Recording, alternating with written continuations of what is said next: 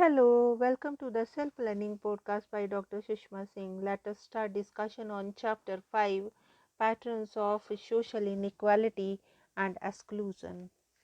And our topic is State and Non State Initiatives Addressing Caste and Tribe Discrimination. The Indian state has had special programs for the scheduled tribes and scheduled castes since even before independence.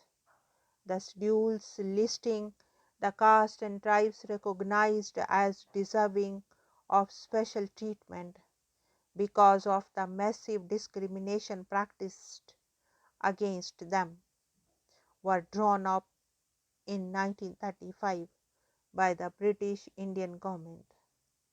After independence, the same policies have been continued and many new ones added.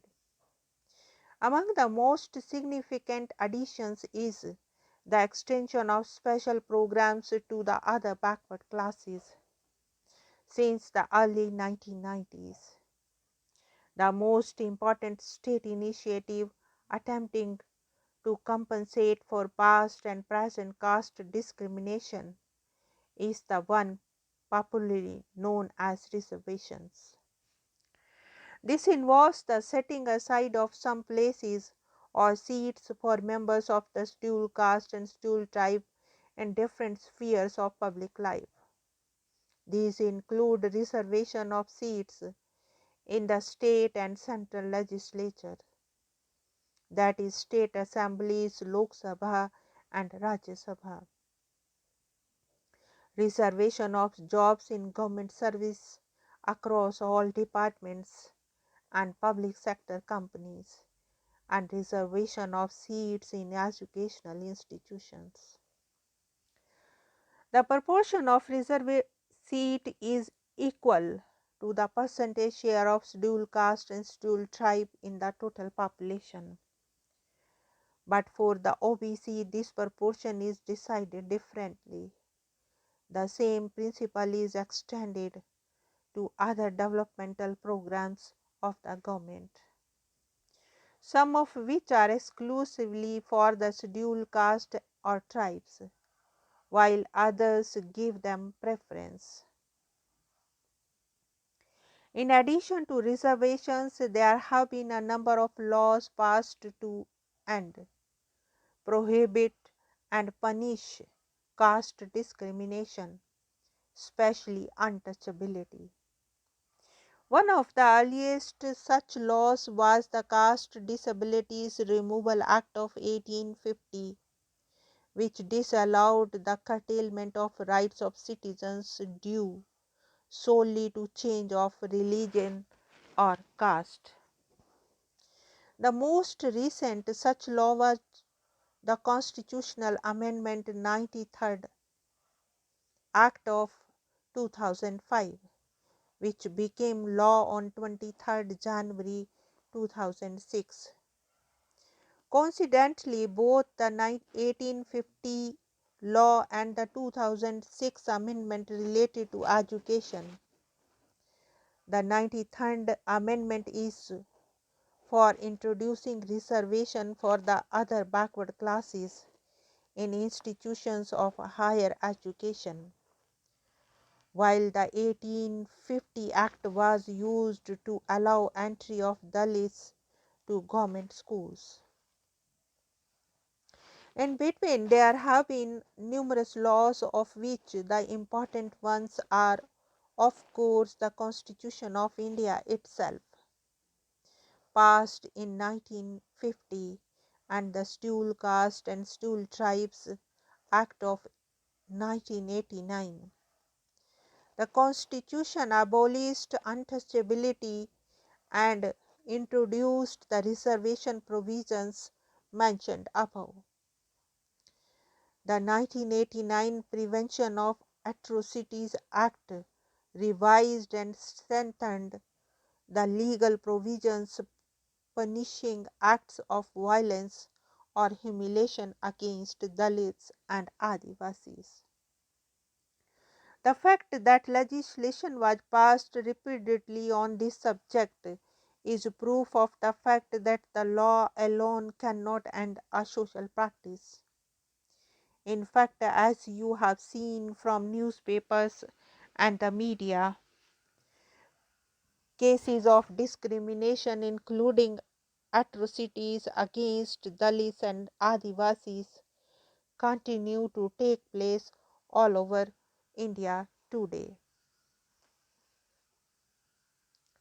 State action alone cannot ensure social change in any case, so social group, howsoever weak or oppressed, is only a victim.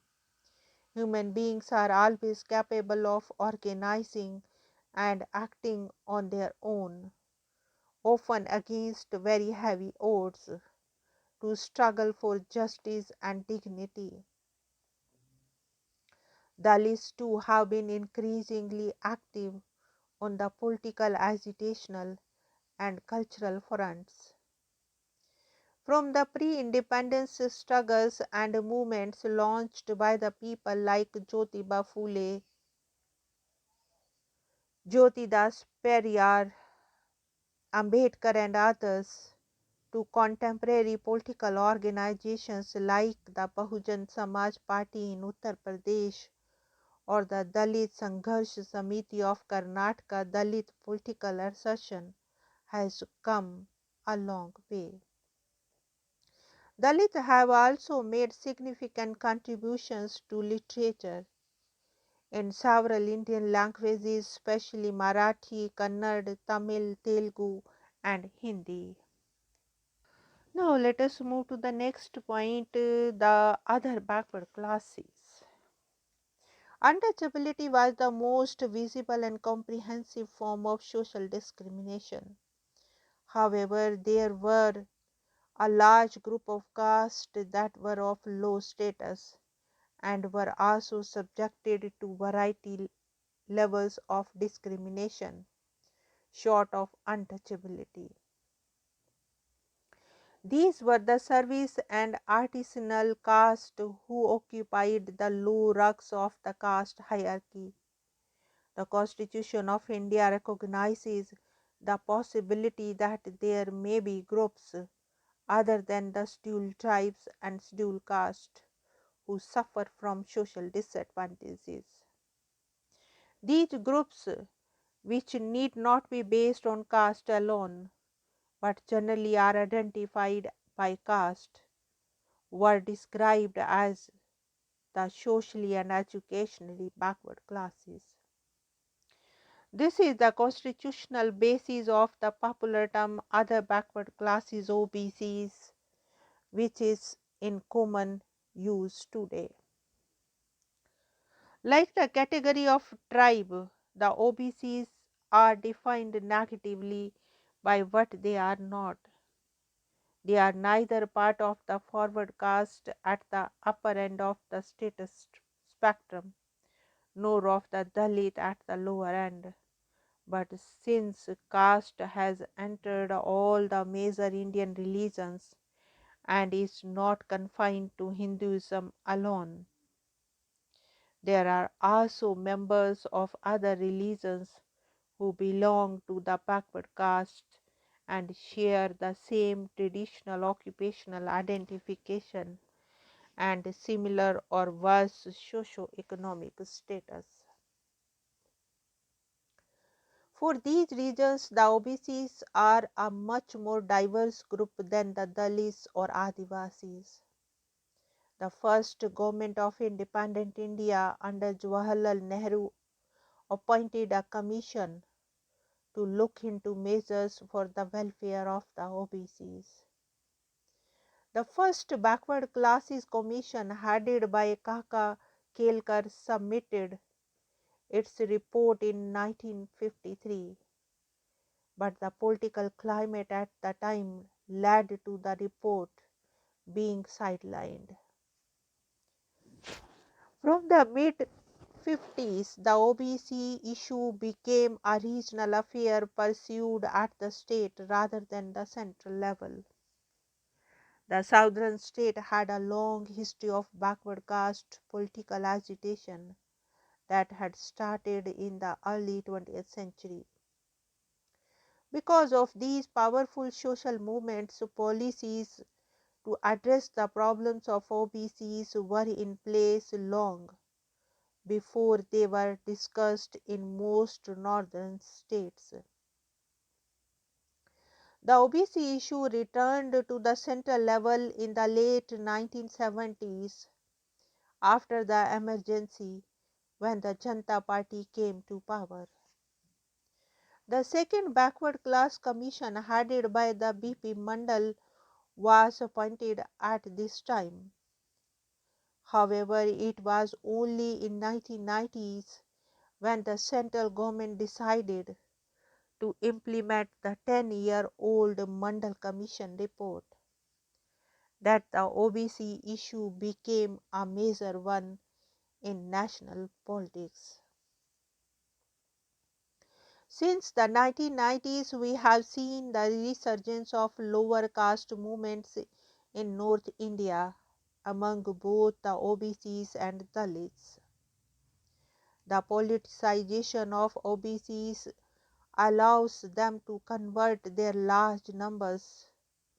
Recent surveys show that they are about 41% of the national population into political influence. This was not possible at the national level before, as shown by the sidelining of the Kelkar Commission report and the neglect of the Mandal Commission report. The large disparities between the upper OBCs, who are largely landed caste and enjoy dominance in rural society in many regions of India, and the lower OBCs, who are very poor and disadvantaged and are often not very different from Dalits in socio-economic terms, make this a difficult political category to work with. However, the OBCs are severely underrepresented in all spheres except landholding and political representation. They have a large number of MLA and MPs. Although the upper OBCs are dominant in rural sector, the situation of urban OBCs is much worse, being much closer to that of the scheduled caste and tribes than to the upper caste. Now let us wind up the session, and thank you very much for engaging yourself with the Self Learning podcast.